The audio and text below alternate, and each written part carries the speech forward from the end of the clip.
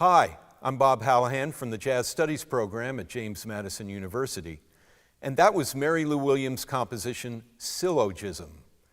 We hope you enjoyed it. Playing with me was our faculty jazz guitarist, Adam Larrabee, and JMU jazz students Gabe, Ravel, bass, and Aaron Green, drums. Mary Lou Williams, the composer, was an important and influential jazz musician and composer of the 20th century. And in the jazz improvisation class that I teach here at JMU, we've been focusing on the music of women composers like Mary Lou, who have been and continue to be significant influencers in jazz. And this is one of the tunes that we've been working on this semester. In this video, I'm going to share some strategies for improvising on the chord progression to Syl-O-Gism. As we do that, any chords or scales that you hear me talk about will be in concert key. So if you play a B-flat or E-flat instrument, you can look at the supplemental PDFs that accompany this video to see just what those chords and scales would be for your instrument. You can also watch my hands on the piano keyboard in this video to see a different kind of visual representation of those chords and scales. So now let's start with the first 8 bars of the chord progression to Syl-O-Gism. If you look at these 8 bars, you'll see that it is just 2 chords in the progression. These are chords that are very crucial to our home key of E-flat minor concert.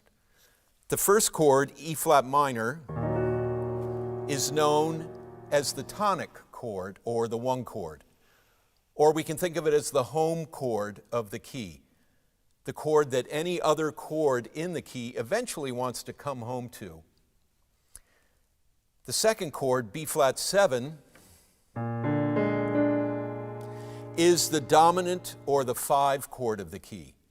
We call it dominant because it has the most dominant tendency of all the chords in the key to come back home to the tonic or the 1 chord. We also call it the 5 chord because it is built upon the 5th step of the scale associated with the key, which is E-flat minor. So E-flat minor scale, 1, 2, 3, 4, 5. So we build the chord on that note. B-flat 7. So those are the 2 chords in the first 8 bars. There are 2 ways that you could go about improvising over these 8 bars. The first we're going to look at is a more general approach, using the E-flat minor blues scale. And Mary Lou Williams was a very strong exponent of the blues. You can really hear that in pretty much all of her music. So it's only fitting that we strive for that blues sound and feeling in our playing of this tune as well. Now, conveniently, on the piano, the E-flat minor blues scale consists primarily of nothing but the black keys.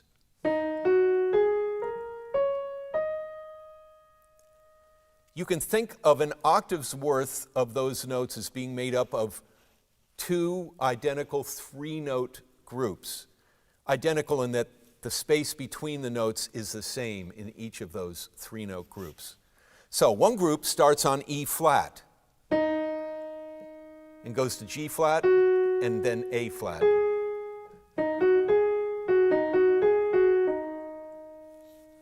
The other 3-note group starts a perfect 5th higher on B-flat and has the same intervals, but of course different notes. B-flat, D-flat, and E-flat. So when we put these 2 groups of 3 notes together, we get the pentatonic or 5-note scale. Now, some of you might be saying, wait a minute, 3 notes plus 3 notes equals 6 notes, not 5. So how can it be a pentatonic scale? Well, the first note and the last note, first note of the first 3-note group and the last note of the second one, they're just the same note, an octave apart. So really, we've only got 5 different notes, these.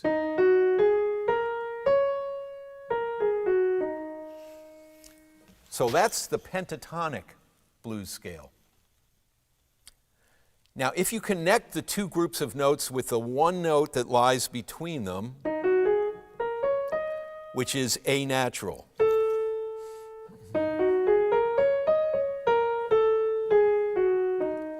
that will give you the complete 6-note E flat minor blues scale.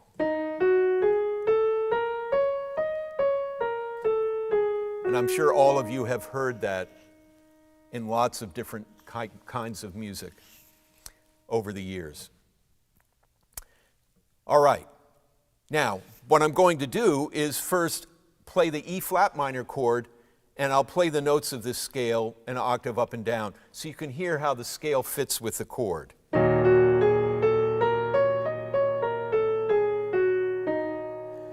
And now I'm going to do the same thing over the B flat 7 chord.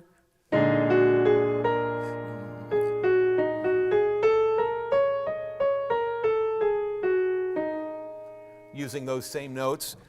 But what might work a little better is if we actually start on the B flat and play just those 6 notes.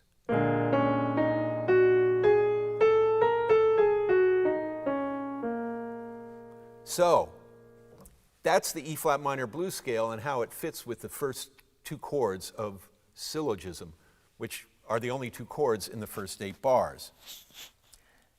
So you could try improvising, starting with just one of those 3-note groups for a while, and then use the note between them, the A natural, to move chromatically into the other group, or just keep going back and forth between the 2 groups. So let me show you exactly what I'm talking about.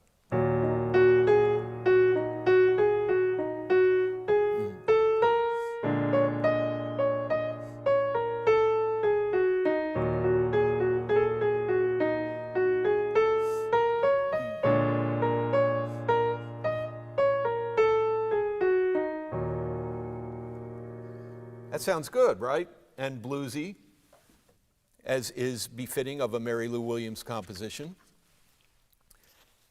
So that's one way to approach soloing over the first half of Syl-O-Gism. Another way is to approach these 2 chords with a different set of notes or scales for each chord. 2 chords, each one will get its own scale. A scale that will sound good with the E flat minor chord is E flat Dorian. It's a type of a minor scale or mode. And one way to think of this is just to think of E flat major scale, but lower the 3rd and the 7th notes of the scale. Let's hear what that E flat Dorian scale sounds like if we improvise over the E flat minor chord with it.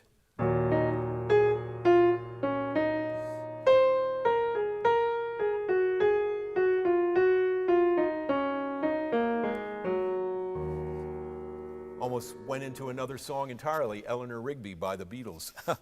All right, so that's E flat Dorian mode or scale over the E flat minor chord.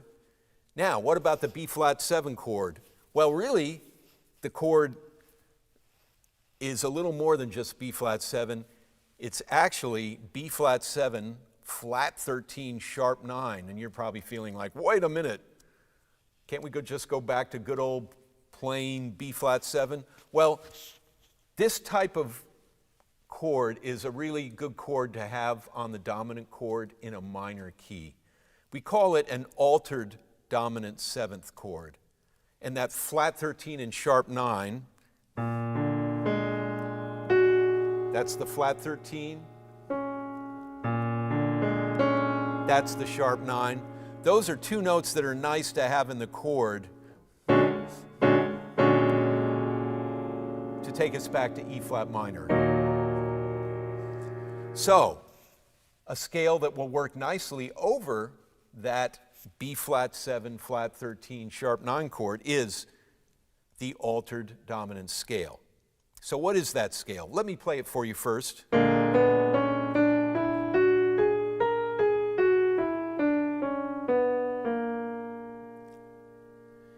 Now, let me break that scale into two parts, though. First, I'm going to play notes that just move by the interval of a half step, then a whole step. Half step, then a whole step. Half step, whole step. Half step, whole step. Right? 1, 2, 3, 4, 5 notes moving upward by half step, then whole step, half step, then whole step. Then, starting on the last note that I just played, from there, I'm only going to move by whole steps, or whole tones, we sometimes call them. So, that is the altered dominant scale. It is sometimes called the diminished whole tone scale because the first part of the scale, half, whole, is how a diminished scale starts out, and we'll come back to that scale a little bit later in this video. And then, of course, you have the whole tone scale, nothing but whole steps, which explains that other name for this scale, the diminished whole tone scale. It's sort of a hybrid scale. All right? So, now let me play the whole scale straight through again, like I did the first time, with no repeated notes, over the B-flat 7 chord.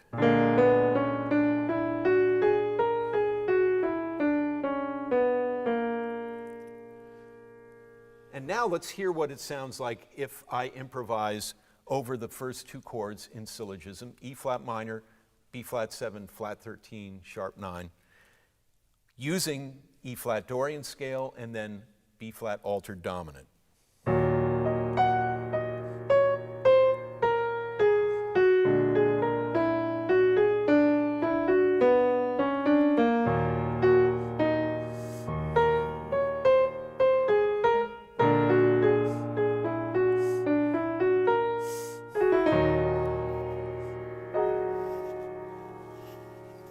So that sounds good too.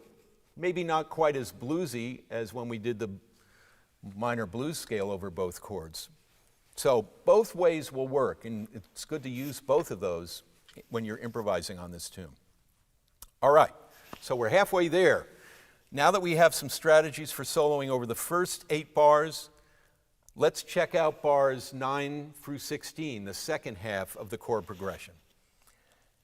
And because these bars contain chords that, for the most part, are not all that closely related, like the first 2 chords were in the first 8 bars, we're going to want to take a less generalized and a more chord-by-chord approach to our improvising here. So, the first of those chords, it's E-flat 9 over G. G is just the bass note. It's one of the notes in the chord.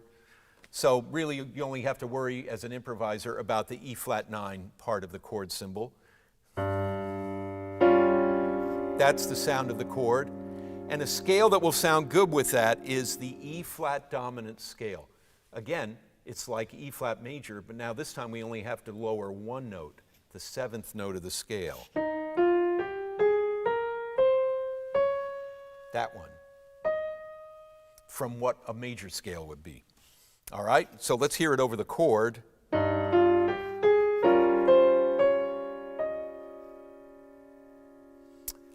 So that's what you want to use for your source of notes on the E-flat 9 chord. On the A-flat minor 7 and the D-flat 7, you can use one scale. One scale will get you through both chords. Because these chords are so closely related to each other in the key of G-flat major, which some of you will know, shares the same key signature as our home key of E-flat minor. They've both got a bunch of flats in them. And then we can use a scale that works well over both the A-flat minor and the D-flat 7 chord derived from the key of G-flat major. And we'll call it a D-flat dominant scale, just like we had E-flat dominant. We're going to have D-flat dominant now. Same scale, just a whole step lower. So that's your flatted 7th there, right? So I played the A flat minor 7 and the D flat 7 under that one scale. And then we have our final chord in this section and in the song.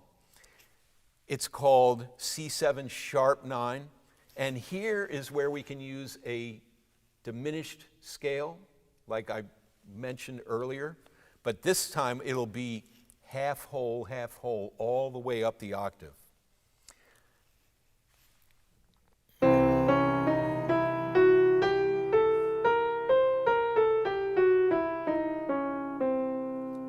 Somewhat exotic sounding scale.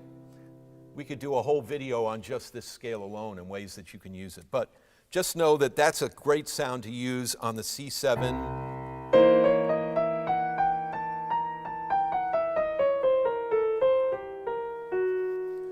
Sharp 9 chord. All right.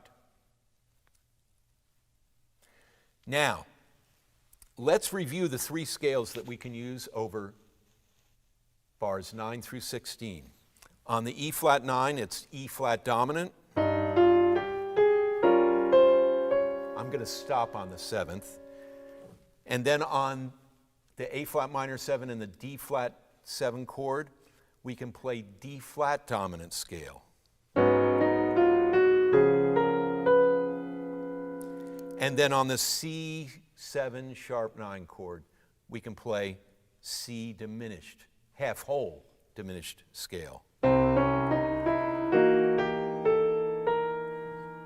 And then let's go back to E flat minor,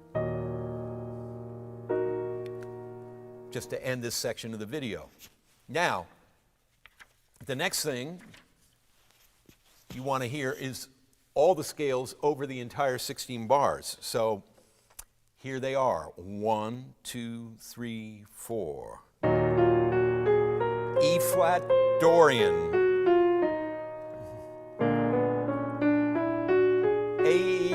It's a B flat altered dominant. Same thing again. B flat altered dominant. E flat dominant. D flat dominant.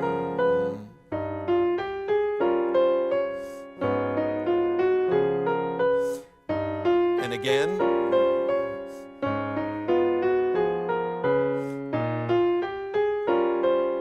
C diminished.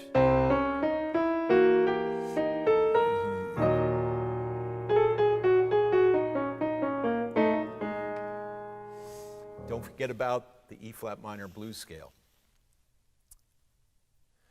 So let's wrap things up with me doing some improvisation on the solo chord changes to Syl-O-Gism using notes from all these scales we've discussed. E flat minor blues scale, E flat Dorian, B flat altered dominant, E flat dominant, D flat dominant, and C diminished. All right, here we go. 1, 2, 3, 4.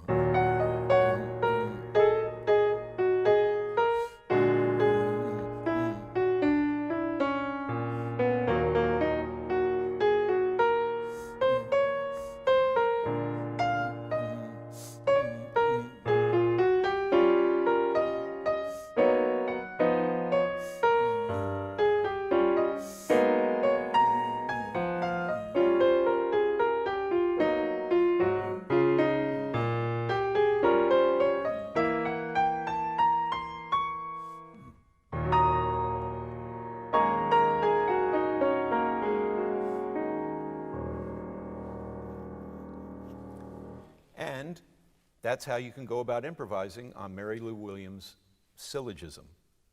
So now, get out there and improvise.